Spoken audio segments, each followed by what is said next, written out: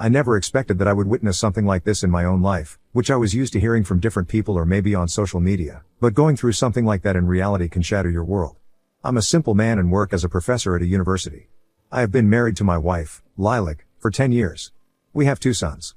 I met her at a party where my aunt suggested that my mother that I should ask Lilac out for a date. I was never interested in dating, so I never really dated as I was always preoccupied with my PhD and my education. But after seeing Lilac, I was mesmerized by her beauty, and just like her name, she looked soft as a flower. My parents were nagging at me for a long time to get married, so I asked Lilac out. Our parents had already interacted with each other at the party and they dearly wanted both of us to get married. The first date was amazing. She was fun to be around, and she was doing dental at that time. We ended up dating for a year and we got married. Now it's been 10 years. Our daily lives were pretty much normal. She was a great mother and wife. I never felt any problem in my life after her arrival, and she took great care of me, but that was only the start, and I never knew that curiosity would take me to an unexpected turn after 10 years. Knowing about her past would have helped me detangle the knots that I never really tried to know. Things were going smoothly, and never in 10 years of marriage had I doubted her until 1 month ago, and on a random day, things turned very rough for both of us. Maybe it was me who was creating assumptions in my head, or maybe she was hiding something because I never had any sort of negative view of her before. It was one evening when she came back from her clinic at a very unusual time. I tried calling her, but she didn't respond to my calls. At first, I thought maybe she had a lot of patients today, so I called the receptionist at her clinic. She told me that Lilac didn't come to the clinic that day, which made me curious and tense. I was very anxious, thinking about what might have happened. I couldn't sleep at all. It was past midnight when she came inside, looking really tired. I was going to ask her why she took a leave today. Before I could even say a word, she walked past me and said she had lots of patients today and she wanted to sleep. After hearing her lie to my face and meanwhile knowing the truth, I just sat there on the couch anxiously, thinking about what could be the reason behind her lie, and that was something new. I was irritated and annoyed by this, but then I decided to try to sleep because it was already late and I had work tomorrow. I went inside the room and saw her wearing her office clothes with her legs hanging from the bed. I took her in my arms and laid her properly. What could have been worse than realizing your wife, who never touched alcohol in 10 years of marriage, reeked badly of alcohol? I covered her with a blanket and looked at her face. She was sleeping peacefully and unbothered. I wanted to avoid any kind of conversation in the morning, so I left for work early in the morning. I couldn't sleep at all because I kept thinking about it.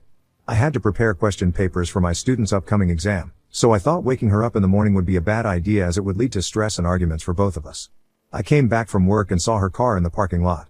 While petting my cat on the front porch, I saw Lilac through the window. She was texting someone, smiling and blushing. As soon as I went inside, she immediately put her phone aside and started helping our elder son, James, with his homework. She always hugged me and kissed me, and this time her smile faded after looking at me.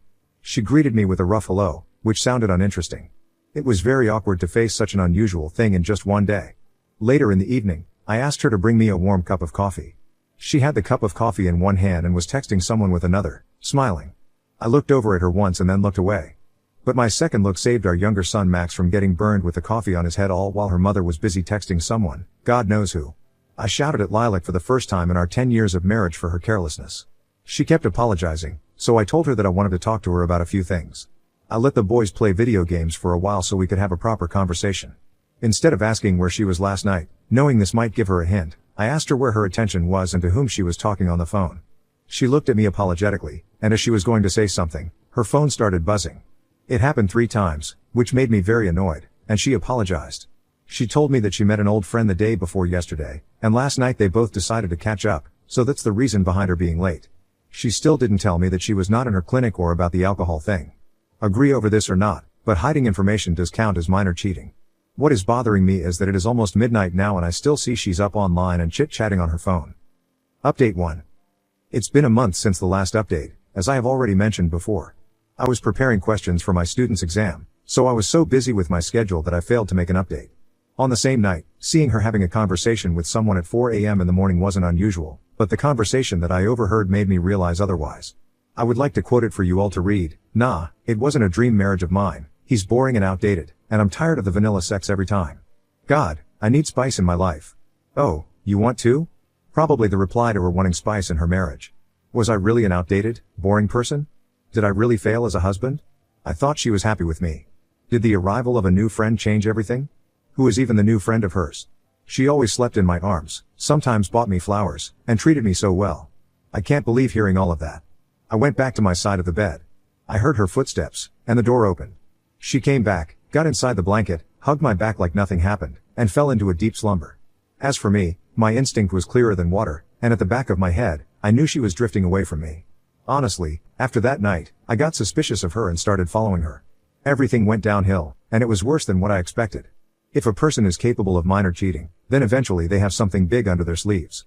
I couldn't sleep at all, and my head was pounding pretty badly. After having breakfast, I told her that I could drop her off at the clinic.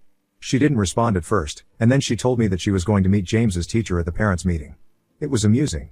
Doesn't she know that the meeting was yesterday, and I already attended that, but I kept track of the lies she was feeding me. I didn't say a word and left for work. On my way to the office, I got a call from her clinic. The receptionist asked me why Lilac hadn't come to the clinic for 3 to 4 days. She was not even responding to the calls and texts properly. The patients had taken prior appointments, and when the doctor didn't turn up, they were very frustrated because they had their appointments on the respective days. One thing was leading me to another, and my doubts were getting clearer day by day. Instead of being a puppet, I decided to see it through my own eyes. I immediately completed my work and let my intern do the rest of it. I left my office and went to her clinic, knowing she wouldn't be there. I entered the clinic and called her. She didn't pick up my call but called me back after 2 minutes. I told her that I visited her, but she was not there. She couldn't say anything for a few seconds and then responded hesitantly that she was visiting an old patient who couldn't come to the office and had to describe the process of RCT. She was lying because when I asked the receptionist if there was any home visit appointment, she said no. I went back home, and both of my sons were silently studying. Our nanny takes care of James and Max. She was an old friend of my mother and was the most trusted person. I cooked dinner for them and finished assembling the papers so I could ask for a few days of leave and follow my wife. Things went as planned, and I decided to remain silent until and unless I gathered all the proof so I could properly defend my doubts. At the dinner table, I asked James about the meeting, and he asked me a question in return, asking what meeting I was talking about as we had already attended the parents' meeting. The look on Lilac's face was satisfying. She took a bite and said that she just wanted to talk to James's teacher about his progress. I put my spoon aside and looked at her. She asked me what was wrong. I took a sigh and asked if she saw the progress report I sent her over the phone. She apologized and told me that she had forgotten. I asked her how she could forget something so important while being on the phone all day. She irritably asked whether I was trying to say that she does nothing except be on the phone all day. I told her no, and she was taking it the wrong way. She stood up and was very angry with my statement and shouted at me, saying that I was being baseless and that it was me who never tried doing anything for the family. Her statement made me furious, but instead of blabbering everything out, I let her speak. I asked her what she meant by this, and there she said again that I was a boring person, and our marriage lost its spark. I laughed and told her thank you for taking the conversation the other way around to use it as a shield for her thoughts and feelings, and I continued eating my food. She left. Again, at the same time, she was on call, laughing and talking, but I didn't want to hear the conversation. I wanted to see it by myself and collect the evidence. I never checked her phone, and with such behavior, I knew she had a password. I waited till she finally fell asleep and took her phone. She did have the password. I tried many things, but it didn't open. There was one thing about her forgetful personality was that she used to write passwords in her notebook. I took out the notebook, and there it was. The phone finally opened, and my hands were shivering from opening the text messages, but I had to, and there it was, the truth. I just sat there on the floor with the phone in my hand, scrolling down and seeing the sexting, nudes, and I love you she was sent to this guy named Richard. That night I cried. I don't remember the last time I cried like this. I put my hand on my mouth to suppress my weeping, and I took a deep breath because I had less time and I needed proof. I immediately took screenshots of their chats and sent them to my phone. Before putting the phone aside, I had to delete the screenshots from the gallery, and thankfully, I checked the gallery and there were pictures of them. I sent those pictures to my phone and cleared up every piece of evidence that could let her know that I checked her phone. In the morning, I left for work as usual, but in reality, I went to my friend Elijah's place. We have been friends since childhood, and he knew everything about my life. I told him everything that happened, and he couldn't believe it either. He kept saying that if I hadn't shown him the proof, he would have smacked me for a joke like this. After a while, I headed towards the address of Richard, which was mentioned in one of the texts, and parked my car behind the tree. It was not my car, but Elijah's, as Lilac would know in seconds. After waiting, I saw Richard outside his house with flowers in his hand, and Lilac got out of her car and hugged him tightly. I immediately took the picture and couldn't look at them for more than a few seconds. I kept wondering that if she didn't like me, a little bit of honesty could have been better and would have fixed everything, but neither did she want to lose this family nor could she stop cheating. As much as I was heartbroken, she destroyed my ego because, in a world full of cheaters, I was so proud of myself and her for being a stable and loyal couple. She made a joke out of my calm nature. This went on for 3 to 4 days, and I collected satisfactory evidence because it was my time to pour oil into the burning fire and ruin the already ruined marriage properly. I already told everything to our nanny, and she offered to let me know when my wife came back and left the place. Our nanny called me and informed me that she was going to visit her sick relatives, so she wouldn't be there today, and I gave her the leave. I called Lilac, told her the same, and asked her to go back home so she could leave as James and Max would be left alone. She agreed immediately. I was with Elijah, telling him and discussing what we should do about this matter. I didn't have the courage to tell these things to our parents. Suddenly I got a call from Lilac, where she was sobbing and saying that Max fell from the ladder and broke his arms, and she was taking him to the ER. My skin turned cold and anxiety took hold of me, and I panicked, not knowing what I should do now. I didn't have the proper state of mind to drive the car, so I asked Elijah instead. When we reached the hospital, the Dr. C told us not to worry as it was just a minor injury and it would heal in a few weeks. I took a sigh of relief and kissed my son's forehead while Lilac was talking to my mother on the phone. I was sitting next to James and asked him about the incident and how it happened. He told me that Max was climbing the ladder, and he shouted and called Mom many times, but she didn't listen as she was on the call, and then Max slipped and fell. After hearing this, I got so angry. I walked towards her and threw her phone on the floor. Everyone was looking at us. I screamed and shouted at her for being so irresponsible. Elijah was trying to calm me down, but I couldn't. Max could have gotten a serious injury. I said many things, and she was trying to make herself the victim by saying that I was an absent father. After hearing this, I could get closer to her and whispered in her ear that at least I was better than her and didn't FCK anyone on her back. She looked frightened, like a scared cat. After that argument in the hospital, Elijah took our sons to his place, and I went back home with Lilac. We didn't say a thing on our way back, and as for remorse? She was just pretending, as I saw her texting him a few times, and that made me even more furious. What she told me blew my mind. She must have been thinking that I would sympathize with her, but I don't have any sympathy for cheaters. She told me that she dated Richard back in her high school year, and that relationship ended a month before our marriage. She never wanted to marry me but had no choice. You see, Lilac's dad is also a dentist and had his own clinic which Lilac was eyeing, but her dad kept a condition that she had to marry someone respectable in order to inherit that, or else it would go to her brother who was 5 years younger to her and was also interested in pursuing dental. Richard was jobless and a rookie at that time, so she broke up with Richard and decided to marry me. She said she met Richard 1 month ago in her clinic when he visited her to get his teeth cleaned for a photo shoot as he works as a model for a fashion designing company. After meeting him again, things escalated slowly, which ended up in this. I had tears in my eyes, and she was already crying and asking me for another chance to fix this, but it was all a play by now. She knew it quite well that Richard wouldn't marry her and she couldn't afford to lose a stable family. She also stated that I was not her type of person and half of the time she felt confined. In response, I asked her whether she was blaming me for having a different personality, which made her cheat, and not her own actions. She stood up and started shouting at me for not being understanding, and that's why she preferred Richard over me. I walked towards her, grabbed her by her hands angrily, and told her to shut up with the bullshit and manipulation. I told her that cheating was her own choice and that she wanted to do it, not because of me. I was so angry at her claims, and I did everything I could.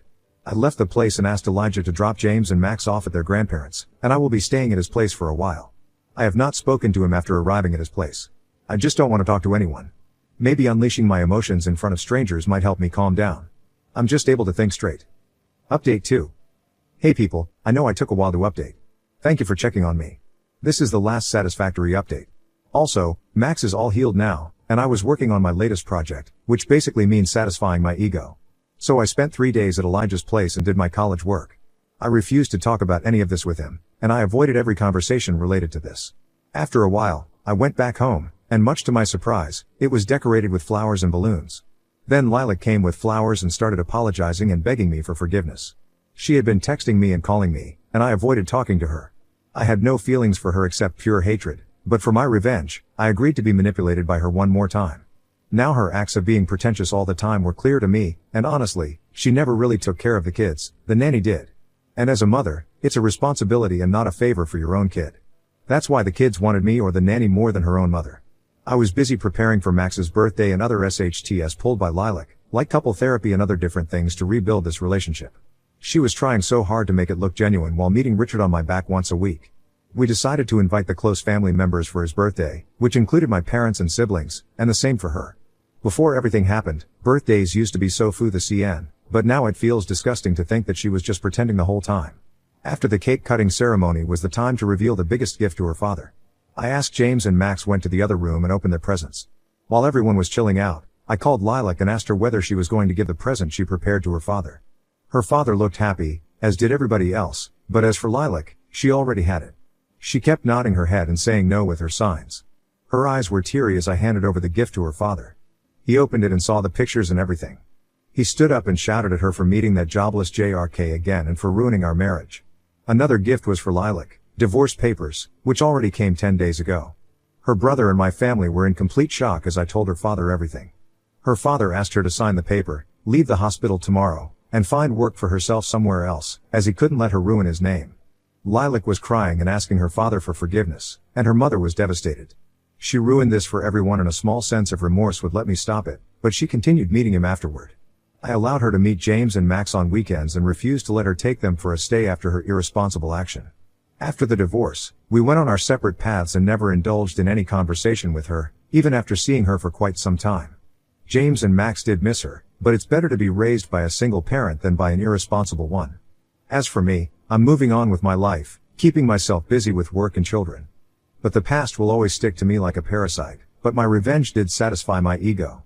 Seeing her not getting what she wanted helped me overcome my mental health, and I continued with my life.